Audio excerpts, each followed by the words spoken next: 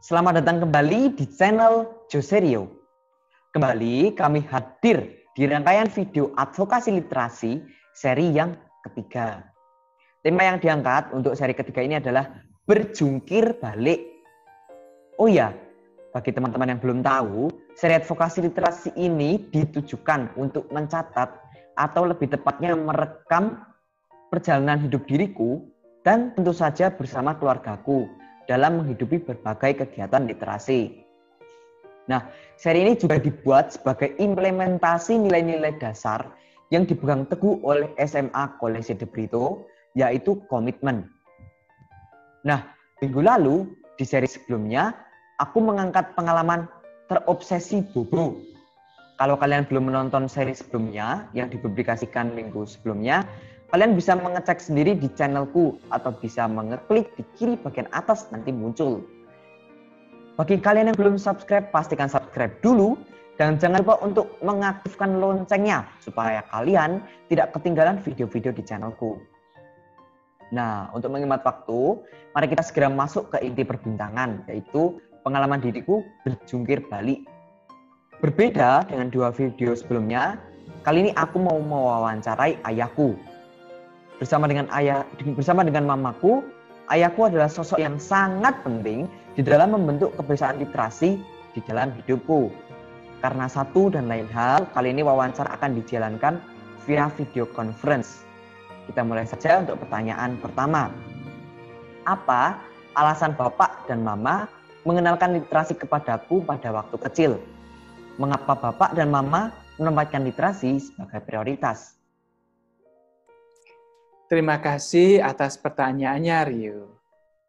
Ini pertanyaan yang bagus. Jadi Bapak punya dua alasan utama mengapa literasi sengaja kami kenalkan sejak dini pada dirimu. Yang pertama, karena literasi adalah jendela dunia. Yang kedua, literasi adalah jendela hati. Terkait dengan jendela dunia, keterampilan literasi menjadi kunci bagimu untuk memahami bagaimana dunia itu sesungguhnya beroperasi. Jadi dengan membaca, dirimu akan bisa menjelajah sampai dimanapun, terutama melalui alam pikiran penulis. Nah, terkait dengan jendela hati, keterampilan literasi akan mempertajam hati nurani. Jadi ketika membaca cerita, pasti dirimu akan merasakan perasaan, pikiran, pergulatan emosi dari tokoh-tokoh yang ditampilkan. Jadi otomatis kamu akan terbawa untuk berempati dengan tokoh utama yang bergulat untuk memperjuangkan berbagai hal baik tersebut. Nah, itu dua alasan pokoknya. Jawaban yang sangat bagus. Diskusi kita kali ini bertema berjungkir balik. Nah, kira-kira mengapa tema ini diangkat? Baik, Rio, ini juga pertanyaan yang tidak kurang bagus. Jadi istilah berjungkir balik sengaja dipilih karena kami berdua di dalam mengenalkan kamu, melatih kamu, mendampingi dirimu dalam hal literasi, itu tidak pernah menggunakan metode linier. Nah, metode linier ini kan biasanya dikenalkan dengan cara anak diekspos atau dikenalkan dengan materi-materi yang sederhana. Komik lebih dulu, baru kemudian makin kompleks. Nah, itu bukan cara yang dikenalkan. Dan kamu pasti ingat, kita membaca melompat langsung yang kompleks. Kamu masih ingat kan ketika kita membaca novel Nogo Sosro Sabu Inten. Novel yang lebih dari 1000 halaman. Karya siapa? Karya S. Hamintarjo. Sosok legendaris dari Yogyakarta. Ya kan? Ingat kan? Oh iya, aku ingat waktu itu kalau nggak salah, Bapak baru pulang dari studi lanjut. Kalau nggak salah waktu itu aku baru saja menyelesaikan TK. Bapak mengajak aku untuk membaca novel kita akan menghabiskan sehari di pinggir Kali Kuning. Sambil menikmati gemericik air mengalir, kita akan bergantian membaca cerita itu. Kalau capek baca, kita berjalan menyusuri Kali Kuning. Itu sih yang paling kuingat. Nah, kalau detail ceritanya sendiri, aku udah lupa. Kira-kira Bapak bisa nggak sih mengingatkan sinopsis cerita itu? Nah, ini kan kisahnya tentang seorang perwira menengah dari kerajaan Demak Bintoro. Jadi namanya Maiso Jenar dan nama keren di militernya itu Ronggo Tohjoyo. Dia digambarkan memiliki loyalitas yang sangat tinggi terhadap kerajaan. Namun konflik politik membuat dirinya menjauhkan diri dari kesibukan ibu kota. Dan dia memilih jalan senyap untuk mengatasi persoalan yang dihadapi kerajaan, yaitu hilangnya keris ampuh, ya, keris kerajaan bernama Nogososro Sabu Inten. Dalam perjalanannya dia menemukan banyak hal, termasuk berkenalan dengan berbagai macam tokoh hitam dan tokoh putih. Jadi dan digambarkan bahwa sekalipun ilmunya itu masih jauh dari tokoh-tokoh dunia hitam seperti Simorodro, Nogoposo, Bugel Kaliki, dan Pasingsingan palsu, tapi dirinya mampu menempa dirinya dengan cara yang aneh. Dan kamu kan masih ingat waktu itu adalah Kebo Kanigoro, kakak seperguruannya, yang memainkan kehebohan drama Korea. Jika potensi dari Maiso Jenar bangkit melalui tipu muslihat dari Kebo Kanigoro itu, Maiso Jenar bisa membangkitkan ilmu Sosro Birowo sehingga sampai pada titik puncaknya. Nah, itu yang Bapak ingatkan. Ya. Oke, terima kasih untuk sinopsis cerita tersebut. Kalau nggak salah, aku masih ingat ya, cerita itu panjang sekali. Kita butuh waktu lebih dari 3 bulan untuk menyelesaikannya. Karena waktu itu kita bareng-bareng, pelan-pelan, nggak langsung selesai. Nah, kalau menurut Bapak sendiri, apa sih nilai-nilai yang bisa dipelajari dari cerita itu? Kalau boleh tahu.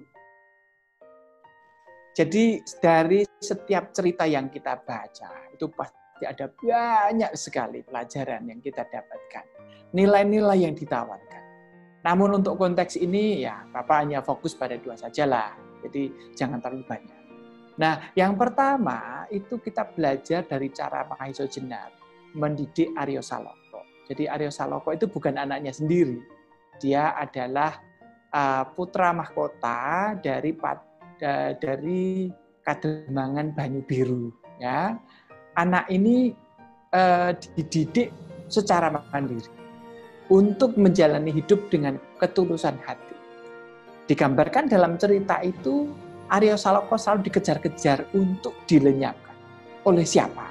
Nah, dia dikejar-kejar untuk dilenyapkan oleh adik sepupunya sendiri yang namanya Sawung Sariti, yang digambarkan sangat bernafsu untuk membunuhnya. Dan Aryo Saloko digambarkan sebagai pribadi yang dibangun, dibentuk untuk memiliki mental yang kuat, fisik yang tangguh, dan hati penuh pengampunan. Nah, itu pelajaran pertama.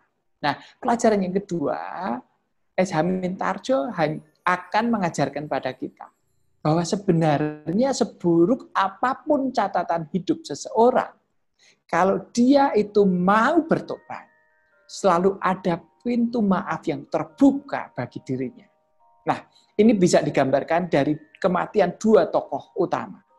Tokoh jahat yang bernama Lowo Ijo, yang super duper kejam, itu mati dengan cara yang indah.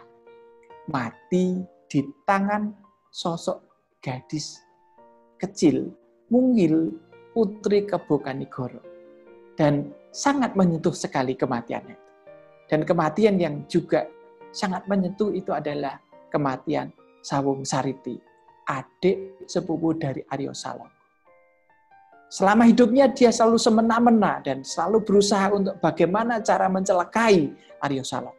Tapi dia mati karena sentuhan tangan Bugel Kaliki yang sangat sakti sakti dari Gunung Cermai. Dan dengan luka yang sangat parah, dia akhirnya bisa melihat bahwa kakak sepupunya yang bernama Aryo Saloko itu punya ketulusan hati yang tanpa batas. Dan dia bisa berdamai dengan dirinya sendiri, bisa mengakui dosa-dosanya, dan kematiannya digambarkan dalam wajah berseri, penuh penyesalan. Dan dia bisa berdamai dengan dirinya sendiri. Wah, ternyata ingatan Bapak itu masih cemerlang. Padahal kita itu membacanya sudah lebih dari 9 tahun yang lalu. Apa sih rahasianya? Kok Bapak ingat cerita yang Bapak baca itu? Sebenarnya nggak ada yang heboh-heboh amat, Rio. Karena kan kalau kita itu engage gitu ya, kita benar-benar in di dalam proses membaca, itu pasti akan membekas dalam benak kita. Nah, Bapak mempunyai cara untuk membuat cerita itu bermakna, yaitu dengan cara merenungkan, memperbincangkan di antara kita, dan tidak ketinggalan ada menuliskan. Dan apa yang Bapak sampaikan saat ini, yang Bapak omongkan hari ini, itu tidak sama sekali bohong, bukan omong kosong. Coba, mari kita lihat. Bapak menulis di blog Kompasiana. Kapan waktunya? Tertanggal 22 November 2011. Di situ Bapak menuliskan pelajaran dari novel Nogososro Sabu Inten ini dalam konteks kita menggunakannya sebagai sarana untuk mendidik karakter dirimu. Jadi Bapak menuliskan di situ. Bapak memilih cara untuk menyeimbangkan antara pendekatan keras dan lembut. Bapak mendidik kamu karakter yang dengan sikap mental yang kuat. Di situ Bapak tuliskan bahwa sikap romantisme adalah sebuah kekeliruan. Aryo Saloko digambarkan hidup terlunta-lunta karena intrik-intrik politik dan seterusnya, tapi dia tidak cengeng dan seterusnya.